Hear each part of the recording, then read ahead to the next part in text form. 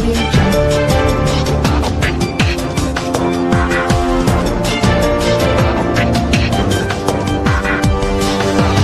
नमस्कार, मैं हूं नीरज अंबावता। स्वागत है आपका रियल एस्टेट के पहले web news channel estate news में, जहां प्रॉपर्टी से जुड़ी तमाम खबरें और समस्याओं के साथ साथ आपको सुझाव भी दिए जाते हैं।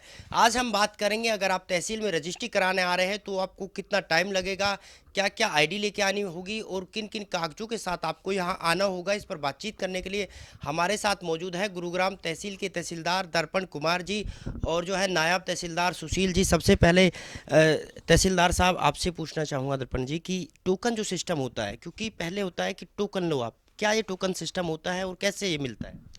जो टोकन सिस्टम है वो ऑनलाइन कोई भी व्यक्ति ये अपने अपने आप भी ले सकता है, और जो जहाँ भी डीडाइटर्स हैं उनके थ्रू भी ले सकते हैं, कहीं पे भी ले सकता है वो बंदा स्वयं। इसकी साइट है www.jamandir.nh.in। उस पे जाकर ऑप्शंस है, ऑप्शंस क्लिक करके वो पर्सन अपनी जो भी डॉक्यूमेंटेशन है उसमें जो डिटेल्स फिलअप होती है, जैसे आधार कार्ड और आधार कार्ड नंबर वगैरह, और जहाँ की रजिस्ट्री है वहाँ का, फिर उसको ऐसे ही एक प्रॉपर्टी आईडी नंबर भी अपनी देनी पड़ेगी।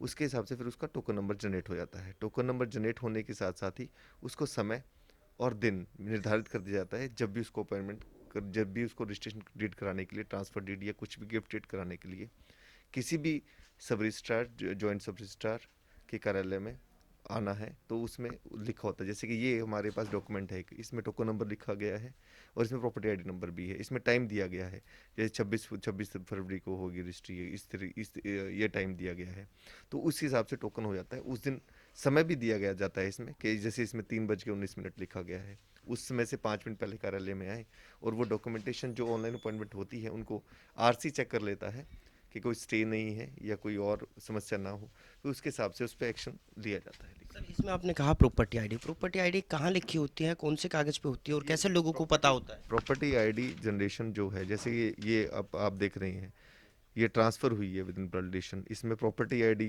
इन्होंने मेंशन की हुई है, क्योंकि प्रॉपर्टी जो भी है, जैसे कोई भी प्रॉपर्टी है उसकी प्रॉपर्टी आईडी जनरेट होती है, वो संबंधित कार्यालय का काम है, जैसे कि नगर निगम प्रॉपर्टी आईडीज़ बनाते हैं, वो प्रॉपर्टी आईडीज़ बनाने के बाद एक बनती है। सर, क्या एग्रीकल्चर में भी ये होती है जी?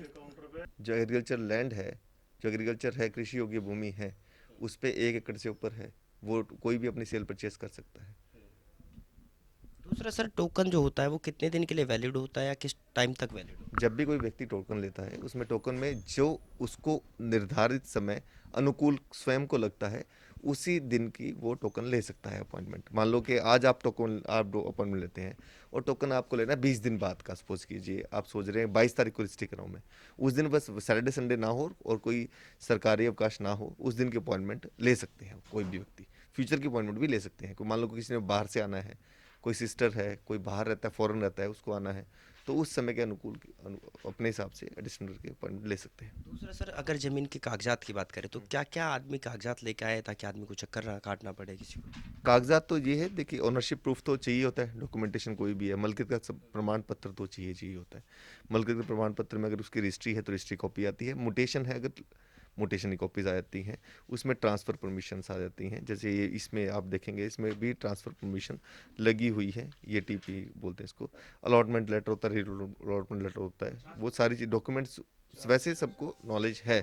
कोई भी अगर मान लो आप प्लॉट परचेज कर रहे हैं, तो आप पहले अपने आप को कोशिश करेंगे कि कागजात क्या क्या चाहिए होते हैं, वो नॉलेज लेते हैं, चाहे वो आप किसी प्रॉपर्टी डीलर के थ्रू ले रहे हैं, क्योंकि डायरेक्ट तो डील्स जो भी होती है वो डॉक्यूमेंट्स आप फाइल पूरी कंप्लीट मंगवाते हैं, हुडा का प्लाट हो गया जैसे कि, तो वो डॉक्यूमेंटेशन की कॉपीज़ एक कॉपी लगा देते हैं और साथ में आईडी प्रूफ्स लगा देते हैं बायर और सेलर का। उसके अलावा 2 गवाह होते हैं रजिस्ट्री में, उनके भी यहाँ पे होते हैं। ठीक है। दूसरा सर, अगर तमाम कागजात पूरे हैं, आईडी जो है दोनों पार्टियों की पूरी है, ज़मीन के कागजात पूरे हैं, वेरिफिकेशन पूरी, तो कितना टाइम लगता है यार? वो मैं बता तो रहा हूँ, अगर आपने अपॉइंटमेंट ली है उसमें कुछ एक समय लगता है, जैसे 15 मिनट 20 मिनट लग जाते हैं, कई बार 10 मिनट मैक्सिमम, क्योंकि डॉक्यूमेंटेशन आएगी, डॉक्यूमेंट आपको जिस जो अपॉइंटमेंट मिली है उस समय आके डॉक्यूमेंट भी चेक कराने पड़ेंगे, किसी प्रकार का कोई न्यायालय से बंदी आदेश ना हो, कोई स्टे ना हो, वो भी चेक करना होता है, उसमें भी थोड़ा समय लगता ही है। उसके बाद फिर आपका टोकन मूव होता है, और उसमें मेरे ख्याल नहीं ज़्यादा, मैक्सिमम 15 से 20 मिनट लगते होंगे मैक्सिमम, इसमें 10 मिनट भी लग सकते हैं, 15 मिनट भी, डिपेंड करता है कि आप किस समय आए हैं। जैसे लंच ब्रेक, अब आपके सामने आए थे, लंच ब्रेक है 1:30, 1:30 बजे के आसपास। तो उस समय भी सोचते हैं कि हमारा लंच ब्रेक में भी काम हो पब्लिक को। तो ऐसे 1:30 से 2 जैसे लंच ब्रेक होती है, लंच ब्रेक के दौरान थोड़ा बहुत हो जाता है, अदरवाइज जो भी है, जो टाइम निर्धारित किया गया है उस टाइम के हिसाब से ही काम होता है। ठीक है जी, थैंक यू। तो ये थे हमारे साथ तहसीलदार साहब और नायब तहसीलदार जी भी हैं, उनसे जान लेते हैं। सुशील जी, आपसे जानना चाहूँगा कि जो ज़मीन के कागजात हैं वो किन किन अधिकारियों से अटेस्ट करके लाए, साइन करा के लाए, जैसे पटवारी हो गया, और कहाँ कहाँ से होता है? जो जमाबंदी से रिलेटेड हो उसको पटवारी अटेस्ट करता है। ज़्यादा पुरानी जमाबंदी ना हो, 2-3 दिन पुरानी है, जिस दिन रजिस्ट्री होनी है उससे संबंधित जितने भी खाना कैफियत में इंतकाल होते हैं वो उसको लेके आए साथ में, उससे मैच होती हैं तो फिर उसकी रजिस्ट्री कर दी जाती है। जैसे तहसीलदार साहब ने पहले ही बता दिया है, इसका टोकन कट जाता है, जिस डेट का कटता है उसमें टाइम भी निर्धारित होता है, आधा घंटा वगैरह इसका कोई महत्व नहीं है, पीछे भी हो सकता है। तो जिस डेट पर कटे, जिस डेट का है, जिस टाइम का है, उसी टाइम पे वो होगी रजिस्ट्री। तो ये थे हमारे साथ तहसीलदार साहब और नायब तहसीलदार साहब, जो बता रहे थे कि किस तरह से यहाँ जो है सिस्टम होता है और कौन कौन से कागजात लेकर आए, किस तरह से ऑनलाइन आप टोकन जो है खरीदे और उसके बाद यहाँ आराम से अपनी रजिस्ट्री करा सकते हैं। गुरुग्राम से कैमरामैन मनप्रीत सिंह के साथ नीरज अम्बावता, एस्टेट न्यूज़।